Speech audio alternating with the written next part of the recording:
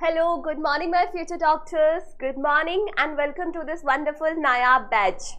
फटाफट से सारे बच्चे अपना माइक और कैमरा सब कुछ ओपन कर लो ताकि हम अपनी क्लास को स्टार्ट कर सके। Good morning Megha, good morning Ashu, good morning Priyanshu, Pravesh, कैसे हो सारे बच्चे? बताओ। अच्छे है, ठीक है। कल की क्लास में जो होमवर्क दिया था वो कर लिया? आशु ने नहीं किया। प्रियांशु किया? अच्छा, कल की क्लास में नहीं थे, ठीक है। बाकी मैं बता देती हूँ मैंने क्या होमवर्क दिया था। मैंने कहा था आपको ये स्टडी करके आना है एनसीईआरटी से, ये पढ़ के आना है यहाँ तक, और ये यहाँ तक पढ़ने के लिए कहा था। But Ashu you can try to give the answers, ठीक है। पहले कभी पढ़ रखा होगा तो आप आंसर देने का कोशिश करना। तो सबसे पहले मैं इस वाले पैराग्राफ से क्वेश्चंस पूछ रही हूँ, फटाफट से सबको आंसर देना है। अगर मान लो किसी की भी बॉडी डिसीज्ड कंडीशन में है तो उसकी बॉडी में हो सकता है कुछ एबनॉर्मल मॉलिक्यूल्स भी बन रहे होंगे, कुछ एबनॉर्मल फिजियोलॉजी भी हो रही होगी। तो ये जो स्टडी होती है, एक ब्रांच होती है साइंस की, बायोलॉजी की, जो इन सारी चीजों से डील कर लेती है, उसे क्या बोलते हैं? ये वो ब्रांच है जिसपे अभी NEET, very good, reductionist biology, ये वो टर्म है जिसपे नीट 2025 में भी क्वेश्चन आया था, है ना? Good morning Rohan, good morning बच्चे। चलो ठीक है, इसके बाद नेक्स्ट क्वेश्चन मैं पूछ रही हूँ साइंटिस्ट वाले उससे, ठीक है। ये जो साइंटिस्ट है रामाचंद्रन, इन्होंने एक प्लॉट दिया था, रामाचंद्रन प्लॉट। ये वाला क्वेश्चन 2019 में आया था। अब आप मुझे ये बताओ कि रामाचंद्रन प्लॉट से आप क्या पता कर सकते हो? वेरी गुड रोहन, एकदम सही आंसर, रिडक्शन बायोलॉजी।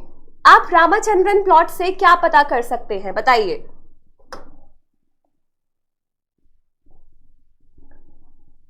हमारा मोए मोए हो गया था इस क्वेश्चन से प्रियांशु। अच्छा मेगा, देखो यहाँ पे तो एनसीईआरटी खोल के भी आंसर दे सकते हो, एनसीईआरटी खोल के भी आंसर दे सकते हो। देखो यहाँ पे क्या लिखा है, अलाउड कन्फर्मेशन ऑफ प्रोटीन, यानी कि हमारा प्रोटीन प्राइमरी स्ट्रक्चर में है, सेकेंडरी स्ट्रक्चर में है, हेलिकल है, बीटा प्लीटेड है, कौन सी शेप में एग्जिस्ट करता है वो इस रामाचंद्रन प्लॉट से पता चलेगा, ठीक है। एनसीईआरटी लेके साथ साथ इसको मार्क करते रहो, बाद में सब भूल जाओगे, फिर से मोए मोए होगा। तो ये चीज पता चलती है रामाचंद्रन प्लॉट से। नेक्स्ट क्वेश्चन मेरा ये है कि रामाचंद्रन ने किस प्रोटीन के स्ट्रक्चर के बारे में बताया था, बताओ। रामाचंद्रन ने किस प्रोटीन के स्ट्रक्चर के बारे में बताया था, ये भी यहाँ पे गिवन है। Triple helical structure of collagen. Very good, very good. किसने बताया? मेघा? ओके, रोहन का भी सही है, अलाउड कंफर्मेशन ऑफ प्रोटीन। यहाँ पे देखो क्या लिखा हुआ है, triple helical structure of collagen. हमारे कोलेजन में 3 हेलिक्स होते हैं, ट्रिपल हेलिकल स्ट्रक्चर होता है कोलेजन का, ये इन्होंने बताया। ओके, नेक्स्ट क्वेश्चन ये है कि ये जो रामाचंद्रन है ये किस बायोलॉजी से रिलेटेड है? ऑप्शन नंबर 1 है स्ट्रक्चरल बायोलॉजी, ऑप्शन नंबर 2 है रिडक्शनल बायोलॉजी, ऑप्शन नंबर 3 है molecular biology. Ramachandran is related to which biology? Reductionist biology? Wrong. देखो यहाँ क्या लिखा हुआ है, कंट्रीब्यूशंस इन स्ट्रक्चरल बायोलॉजी। ये स्ट्रक्चरल बायोलॉजी से रिलेटेड है। आप देखो ना, वो स्ट्रक्चर के बारे में ही तो बात कर रहे हैं ना, कोलेजन। वेरी गुड रोहन, सही आंसर दिया। कोलेजन का स्ट्रक्चर, प्रोटीन का कंफर्मेशन, ये सब स्ट्रक्चरल बायोलॉजी है। बिल्कुल प्रियांशु, सही है। चलो नेक्स्ट क्वेश्चन। जैसे डार्विन एक साइंटिस्ट के वर्क से इन्फ्लुएंस्ड हुए थे, ऐसे ही ये भी किसी के वर्क से इन्फ्लुएंस हुए थे। उस साइंटिस्ट का नाम क्या है? Linus Pauling. Very good, last में लिखा हुआ है लिनस पॉलिंग, जिन्होंने क्या किया था, अल्फा हेलिक्स और बीटा शीट स्ट्रक्चर के बारे में बताया था कोलेजन के। तो ये कुछ ऐसे क्वेश्चंस है जो यहाँ से अगली बार पूछे जा सकते हैं, क्योंकि ये पैराग्राफ से भी क्वेश्चंस आते हैं, ठीक है। चलो अब बढ़ते हैं आगे।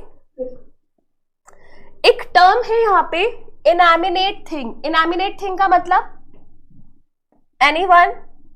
Non living. Non living, very good Rohan, एकदम सही आंसर दिया है।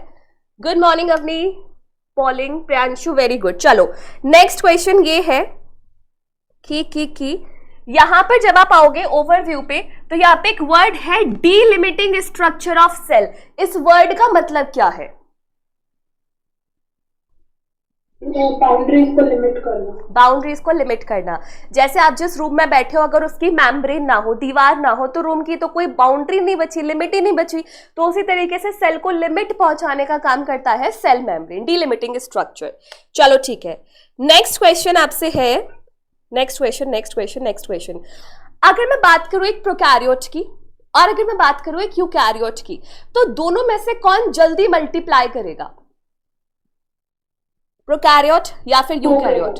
प्रोकैरियोट, क्योंकि उनकी बॉडी ऑर्गेनाइजेशन काफी सिंपल है। Very good. तो यहां तक किस किस बच्चे ने दिल पे हाथ रख के बताओ कि होमवर्क किया था? अपनी होमवर्क किया था? दिल पे हाथ रख लिया मेघा ने। अपनी होमवर्क किया था? Okay, Thums up.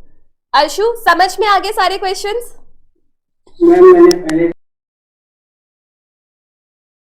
अरे वाह, वेरी गुड वेरी गुड, बहुत बढ़िया। प्रोकैरियोटिक भी आंसर आ गया। चलो अब डीपीपी के क्वेश्चंस पूछो।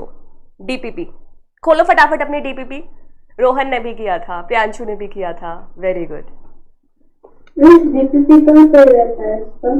क्या डीपीपी कहाँ पर रहता है? डीपीपी आपको ऐप पे ही मिलेगा ना, जहाँ पे आपका कोर्स है माई लर्निंग, वहीं पे नीचे लिखा हुआ होता है। या फिर एक काम करूंगी, मैं आपको एक शॉर्ट के थ्रू समझा दूंगी कि कैसे आपको डीपीपी एक्सेस करनी है, ठीक है? हाँ, तो डीपीपी में कोई क्वेरीज है?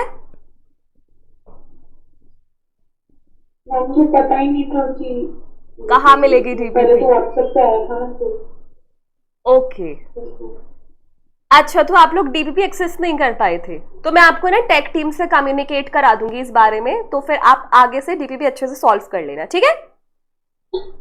हाँ चलो, क्विज के फॉर्मेट में है, ठीक है?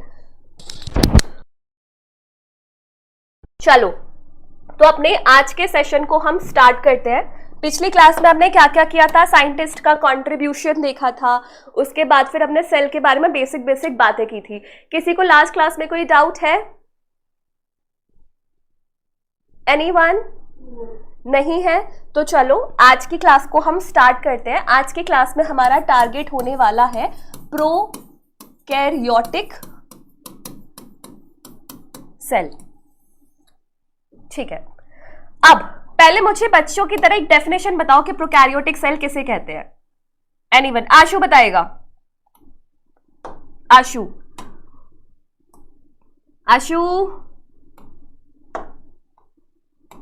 Ma'am prokaryotic cells are cells with nucleus are absent. देख के बता रहा है क्या? ठीक है, अब सब मेरी बात सुनो।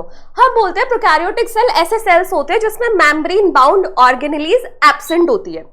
मैं स्टूडेंट थी तो मैं तो ये सोचती थी इसका मतलब ये हुआ कि उसके पास माइटोकॉन्ड्रिया होगी, उसकी मेम्ब्रेन नहीं होगी, उसके पास ईआर होगी, उसकी मेम्ब्रेन नहीं होगी।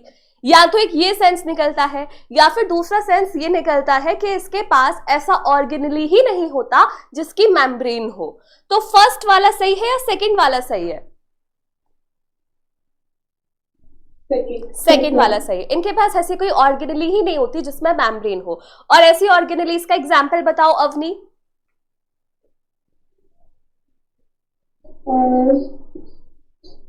जिसमें मेम्ब्रेन एब्सेंट होता हाँ, है।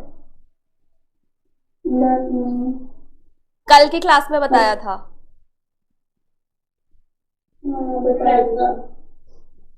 Ribosome, centrioles and nucleolus. Nucleolus. Very good, ठीक है। तो प्रोकैरियोटिक सेल में प्रो का मतलब प्रो प्लेयर नहीं है, प्रो का मतलब होता है primitive. So pro means primitive, and यहाँ पे ये जो कैरियो वर्ड है, कैरियन, इसका मतलब होता है न्यूक्लियस। तो प्रिमिटिव न्यूक्लियस वाले ऑर्गेनिजम्स को प्रोकैरियोटिक कहा जाता है। बिल्कुल Nandita, very good. So these are the organism that lacks membrane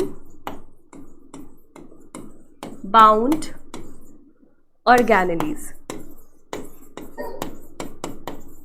example बताओ चलो प्रोकैरियोटिक सेल के। पूरा का पूरा Monera kingdom itself is a prokaryote, है ना। मोनेरा किंगडम में क्या क्या चीजें आती थी? आपके आर्की बैक्टीरिया आते थे, आपके साइनोबैक्टीरिया आते थे, आपके नॉर्मल बैक्टीरियाज आते थे, माइकोप्लाज्मा आता था। तो ये सब प्रोकैरियोट्स है। तो एग्जाम्पल में क्या क्या आ जाएंगे आपके? मोनेरा किंगडम, सारे बैक्टीरिया, सारे माइकोप्लाज्मा एटसेट्रा एटसेट्रा। ठीक है, ये लिखने के बाद सब पेन कॉपी छोड़ देना क्योंकि हम इसके स्ट्रक्चर के बारे में समझेंगे। Very good. Ribosome, ventricle, ventricle कहां से आ गया रोहन? वो तो हार्ट में होता है, दिल में। आर्की बैक्टीरिया, शाबाश।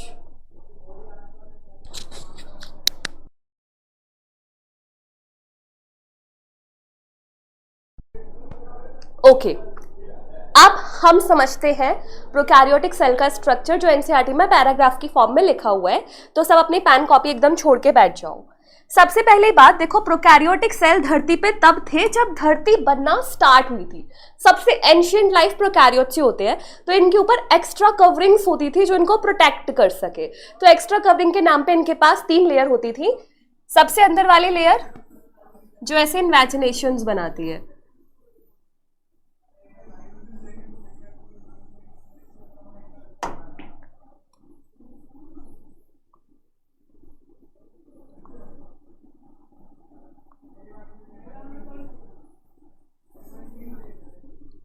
इसके ऊपर एक और लेयर,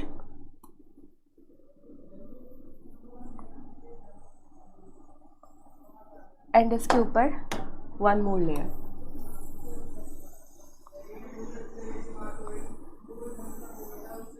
अब प्रोकैरियोटिक सेल में जो सबसे बाहर वाली लेयर होती है, इसको हम नाम देते हैं ग्लाइकोकैलिक्स। और ग्लाइकोकैलिक्स के 2 टाइप्स होते हैं, सबको पता है, एक स्लाइम लेयर और दूसरी, बोलो माइक अनम्यूट करके, very good, slime layer, and another one is capsule. इसके बाद जो हमारी सेकेंड लेयर होती है, this second layer is the cell wall, और सेल वॉल के अंदर होती है हमारी सेल मेम्ब्रेन। अब ये जो तीनों लेयर्स है, ये साथ में अटैच्ड होके इस प्रोकैरियोटिक सेल को प्रोटेक्शन देती है। तो इसलिए इनको कहा जाता है यूनिट सेल एनवेलप, क्योंकि सब साथ में मिलकर एक यूनिट की तरह काम करती है। अब यहाँ पे आप देख सकते हो कि जो इसकी सेल मेम्ब्रेन है वो इनफोल्डिंग्स बनाती है। अब मैं तुम्हें कुछ वर्ड्स क्लियर करना चाहती हूँ, कुछ माइनर वर्ड्स हैं, इनको ध्यान में रखना।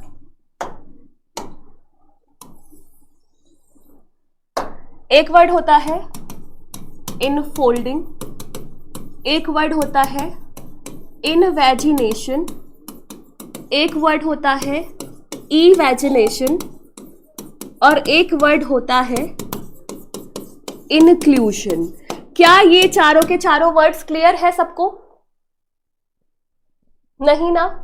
ठीक है, अब देखो, लास्ट वाला कभी नहीं, ढंग से नहीं पता। ठीक है, देखो, मान लो हमारा ये सेल है, इस सेल की मेम्ब्रेन अंदर की तरफ अगर फोल्ड हो गई तो इसे कहा जाता है इनफोल्डिंग। तो इसका मतलब इनफोल्डिंग और इन्वेजिनेशन दोनों यही है, व्हेन मेम्ब्रेन फोल्ड्स इनवर्ड्स। अगर यही मेम्ब्रेन ऐसे बाहर की तरफ फोल्ड हो जाए आउटवर्ड्स, तो इसे आप बोलोगे इवेजिनेशन। तो यहां पे क्या हुआ? Membrane folds outwards. लेकिन इंक्लूजन, नाम से ऐसा लगेगा कि ये भी इन दोनों की तरह ही है, लेकिन इसका मतलब ये नहीं होता। इंक्लूजन का मतलब होता है अगर कोई स्ट्रक्चर आपने अंदर इंक्लूड कर दिया है, जैसे आपने सुना होगा इंक्लूजन बॉडीज। इंक्लूजन बॉडी सबने सुना है? क्या इंक्लूजन बॉडी के ऊपर मेम्ब्रेन होती है?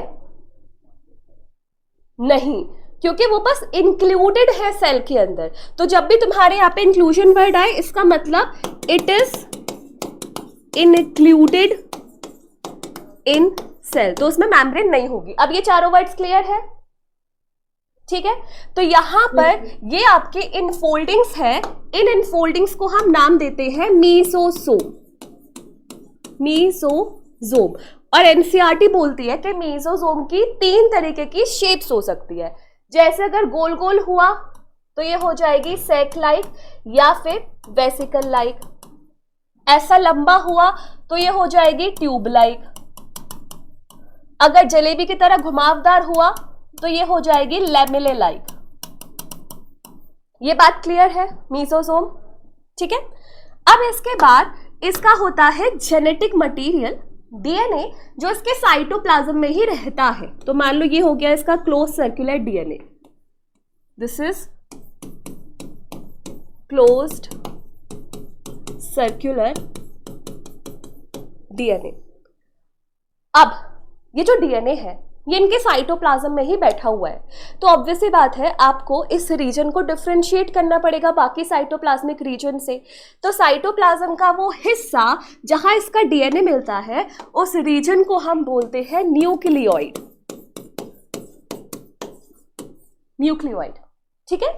Vesicle like, tubule like, lamellar like shape of mesosomes, एकदम करेक्ट है। अब एनसीईआरटी बोलती है कि प्रोकैरियोट्स के जो राइबोसोम्स होते हैं वो मेम्ब्रेन की तरफ ही एसोसिएटेड रहते हैं। तो आप रैंडमली कहीं पे भी नहीं बना दोगे राइबोसोम, आप कोशिश करो उनको मेम्ब्रेन के पास बनाने की। यहां पे आपके राइबोसोम्स कौन से टाइप के राइबोसोम्स होंगे सब बताओ, 70 या 80? 70s ribosomes, very good. 70s ribosomes associated with cell membrane.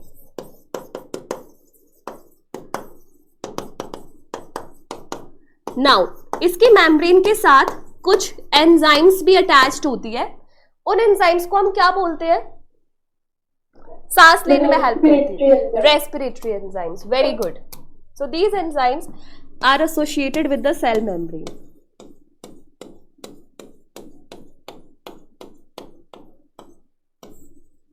Respiratory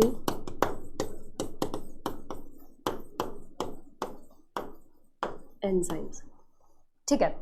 अगर हमें मूव करना है, वेरी गुड प्रियांशु रोहन, अगर हमें मूव करना है हम अपने हाथ पैरों का यूज करेंगे, लेकिन बैक्टीरिया को मूव करना है तो वो एक पूंछ का यूज करता है। उसकी पूंछ को क्या बोलते हैं बताओ? फ्लैजिला।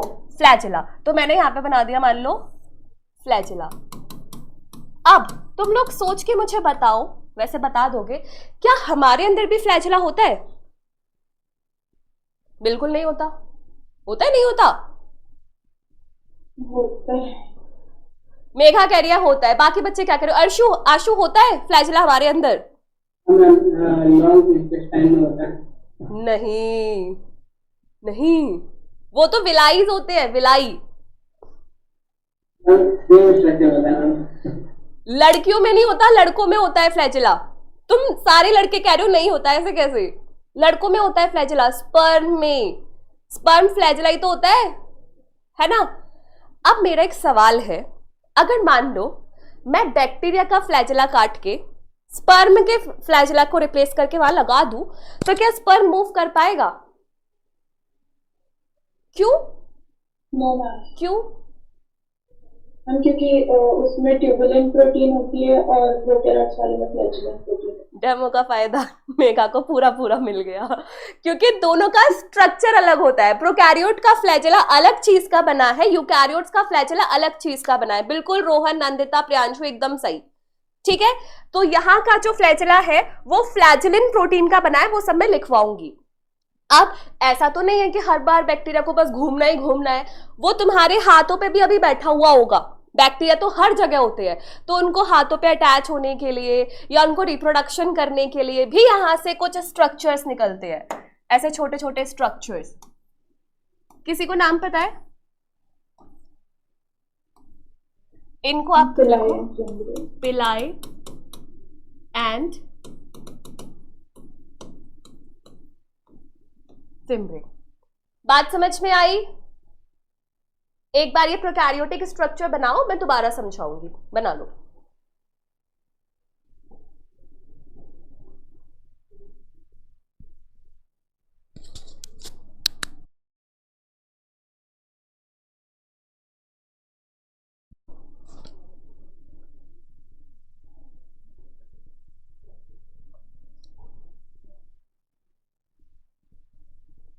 यस प्रियांशु रोहन, एकदम करेक्ट आंसर।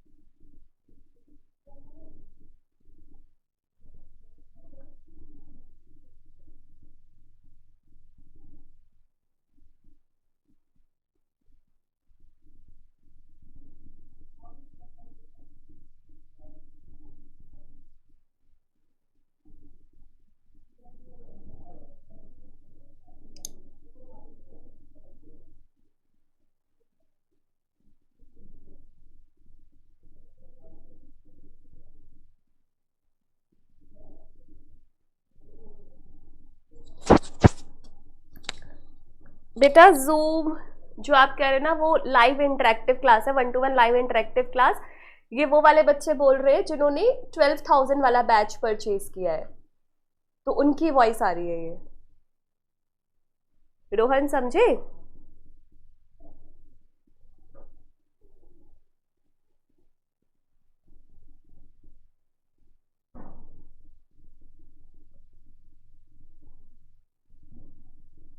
किसी को भी कोई भी डाउट हो ना तुरंत पूछ लेना, शर्माना नहीं है।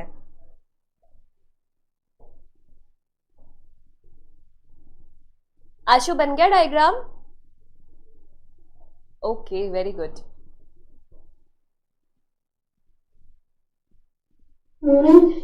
पिल्ली एंड सीलिया में क्या डिफरेंस होता है? Very good. अभी आप इसे बनाओ, मैं आपको सब में समझा दूंगी। विलाय, फ्लैजिला, सीलिया, पिलाय, फिम्ब्रे, सबका डिफरेंस बता दूंगी, ठीक है?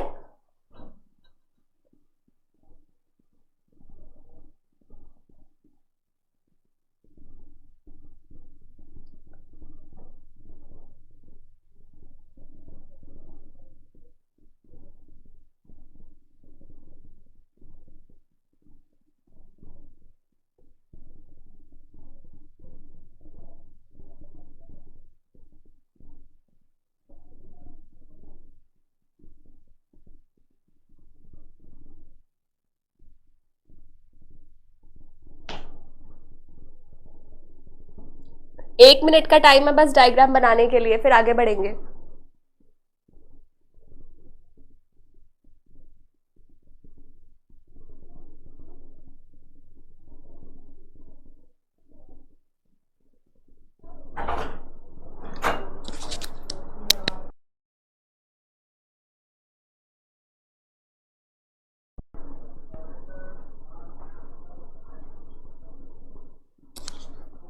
डन, ठीक है। चलो अब आगे बढ़ू। बाकी नोट्स भी तुम्हें मिल जाएंगे ना अटैच, तो वहां से बना लेना। अब डाउट था सीलिया, फ्लैजिला, पिलाय, फिम्ब्रे, विलाय, इन सब में डिफरेंस। ये नोट पॉइंट किसी को लिखना है? कई एनसीईआरटी में लिख दो, बाद में रीडिंग करते टाइम काम आएगा। इन्वैजिनेशन, इंक्लूजन, इवैजिनेशन, इनफोल्डिंग्स, ये सब में डिफरेंस।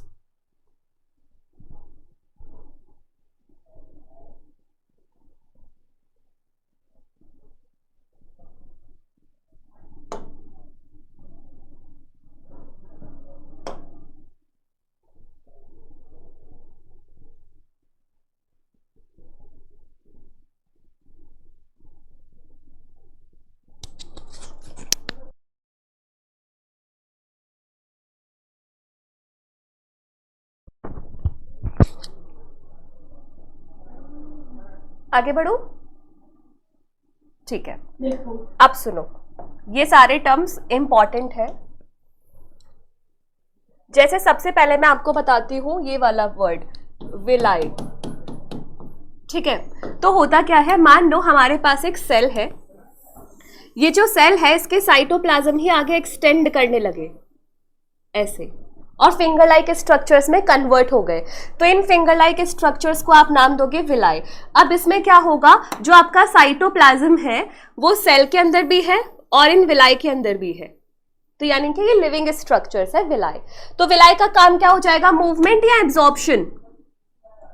सेल का ही एक्सटेंशन है, तो ये क्या करेगा, एब्जॉर्ब। यस, तो its function will be absorption. इसके बाद नेक्स्ट स्ट्रक्चर आता है आपका फ्लैजिला, यूकैरियोट्स और प्रोकैरियोट्स का।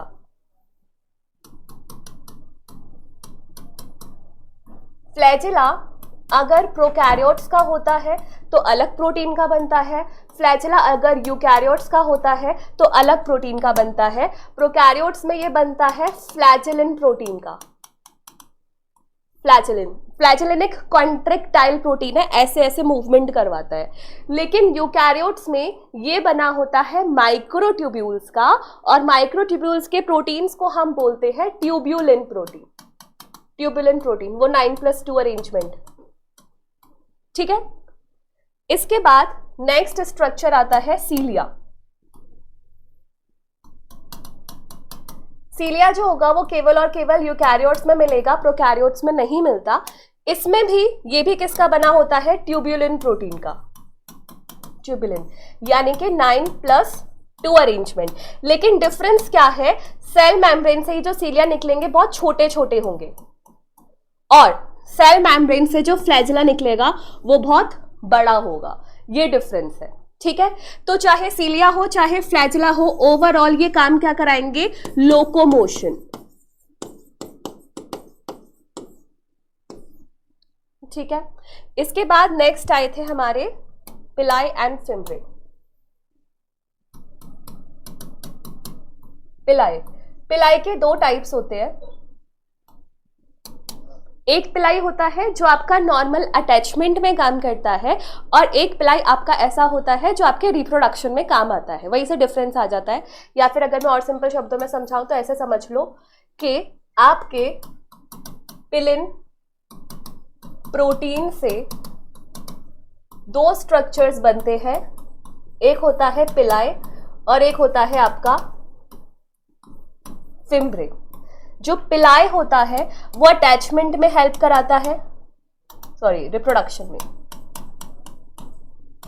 और जो फिम्ब्रे होता है वो आपका अटैचमेंट में हेल्प करवाता है। जैसे अगर हमारे सबस्ट्रेट पे कभी भी बैक्टीरिया बैठा है तो that is because of the fimbriae. समझ में आया सब में डिफरेंस? लिख लो। ओके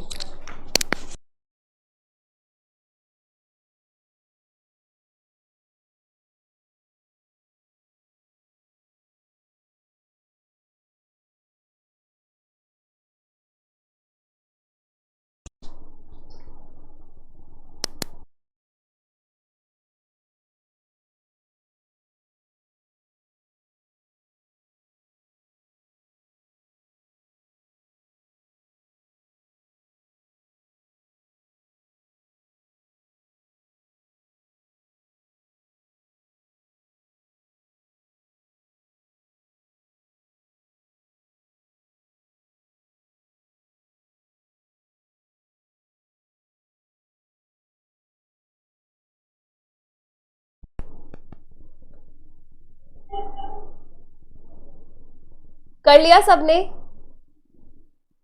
बेटा मैट्रिक्स का मॉड्यूल आ जाएगा। बाकी एमसीक्यू के लिए आप बहुत सारी बुक्स है जो आप ले सकते हो, लेकिन कोशिश करना कि वो बुक्स प्रेफर करो जो एनसीईआरटी बेस्ड आपको क्वेश्चंस देती हैं। जैसे मोस्ट ऑफ द क्वेश्चंस तो मैं आपको इन क्लास ही करा दूंगी जो आपके एनसीईआरटी की लाइन से ही उठे हुए होंगे। उसके अलावा आप फिंगर टिप्स कर सकते हो, डॉक्टर अली की बुक प्रेफर कर सकते हो, और भी एनसीईआरटी एक्सट्रैक्ट भी है वो भी कर सकते हो। तो बहुत सारी बुक्स अवेलेबल है। चलो अब हमने ये सब कर लिया। अब हमें एक एक करके प्रोकैरियोटिक सेल में हमने जो कुछ भी बनाया था उनके बारे में पढ़ना होगा। तो सबसे पहले हमारे पास जो चीज है that is unit cell envelope. Unit cell envelope का काम क्या हो जाएगा? प्रोटेक्शन, क्योंकि सबसे बाहर वाली लेयर यही होती है। इसमें कितनी लेयर्स आती है बताओ? 3। Very good. अब इसमें से वेरी गुड जो सबसे बाहर वाली लेयर है दैट इज ग्लाइकोकैलिक्स। और ग्लाइकोकैलिक्स के मैंने आपको दो पार्ट्स बताए थे, या तो स्लाइम लेयर होगा या तो कैप्सूल होगा। अब सुनो, मैं एनसीईआरटी की एकदम क्लियर लाइन आपके सामने लिख रही हूं। आपको पता है, वेरी गुड रोहन, आपको पता है कि आपका जो ग्लाइकोकैलिक्स है वो सेल वॉल के ऊपर होगा। तो मान लो ये जो व्हाइट वाली लाइन है ये है आपकी सेल वॉल। तो सेल वॉल के ऊपर आपका ग्लाइकोकैलिक्स आने वाला है। अगर ग्लाइकोकैलिक्स की लेयर थिन है और लूजली अटैच्ड है विद सेल वॉल तो ये हो जाएगी स्लाइम लेयर। अगर ग्लाइकोकैलिक्स की लेयर थिक है और टाइटली अटैच्ड है विद सेल वॉल तब आप इसको नाम दोगे कैप्सूल। तो स्लाइम लेयर क्या हो जाएगी? Thin and loosely attached with cell wall। और जो कैप्सूल है ये कैसे हो जाएगी? Thick and tightly attached with cell wall. अब जो स्लाइम लेयर होती है वो ये देखती है कि कहीं बैक्टीरिया में से मिनरल लॉस ना हो जाए, कहीं बैक्टीरिया डेसिकेट ना हो जाए। डेसिकेट का मतलब होता है फट जाना, रप्चर हो जाना। तो इन सारी चीजों को प्रिवेंट करती है स्लाइम लेयर। और कैप्सूल जो होती है वो बैक्टीरिया को वायरुलेंट बनाती है। लिख देती हूँ एक बार इन चीजों को। Slime layer prevents dehydration, mineral loss and desiccation. desiccation मतलब rupturing. एंड जो कैप्सूल होती है, क्या हम मेडिसिन वाला कैप्सूल से रिलेट कर सकते हैं? ओनली डायग्राम, हाँ बिल्कुल वैसे ही। सबसे बाहर की आउटर मोस्ट जो कवरिंग होती है एकदम स्मूथ पॉलिश वाली, वही ऐसे रिलेट कर सकते हो। सो दिस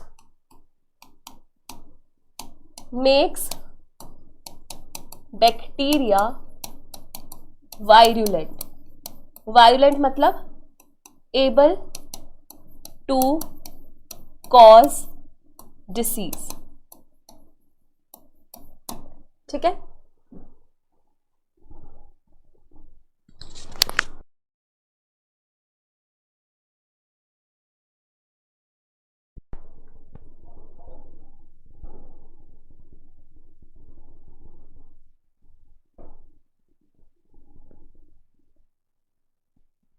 अब जैसे हमने मॉलिक्यूलर बेसिस ऑफ इनहेरिटेंस में पढ़ा था, जो ग्रिफिथ का एक्सपेरिमेंट था ट्रांसफॉर्मेशन प्रिंसिपल, तो उसने जो बैक्टीरिया ली थी उसकी दो स्ट्रेन्स थी ना, रफ और स्मूथ। कौन सी वाली डिसीज कॉज कर पा रही थी, रफ वाली या स्मूथ वाली?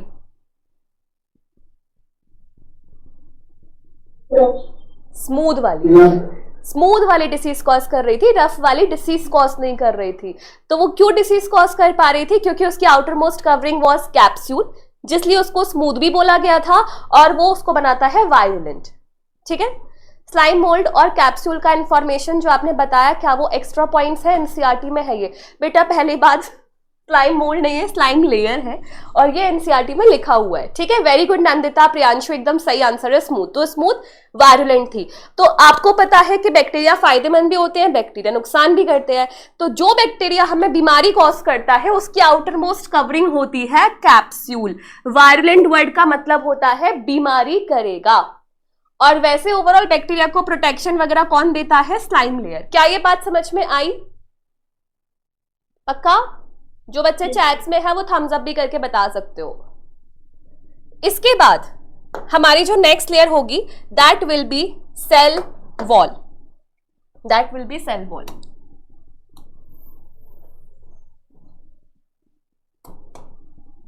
Second layer is cell wall. क्या किसी को पता है बैक्टीरिया की सेल वॉल किसकी बनी होती है?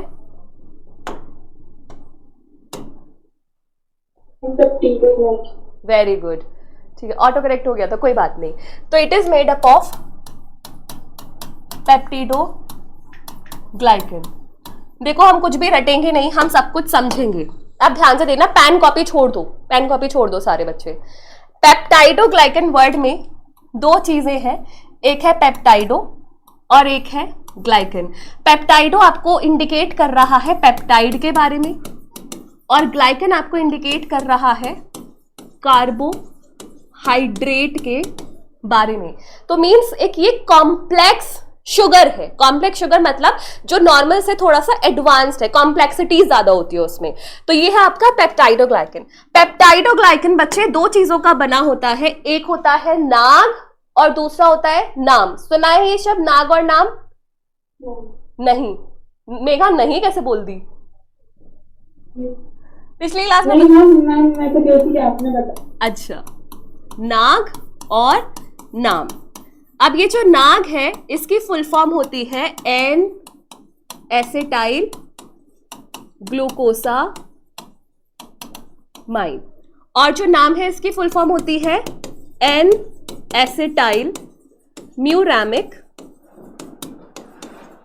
एसिड।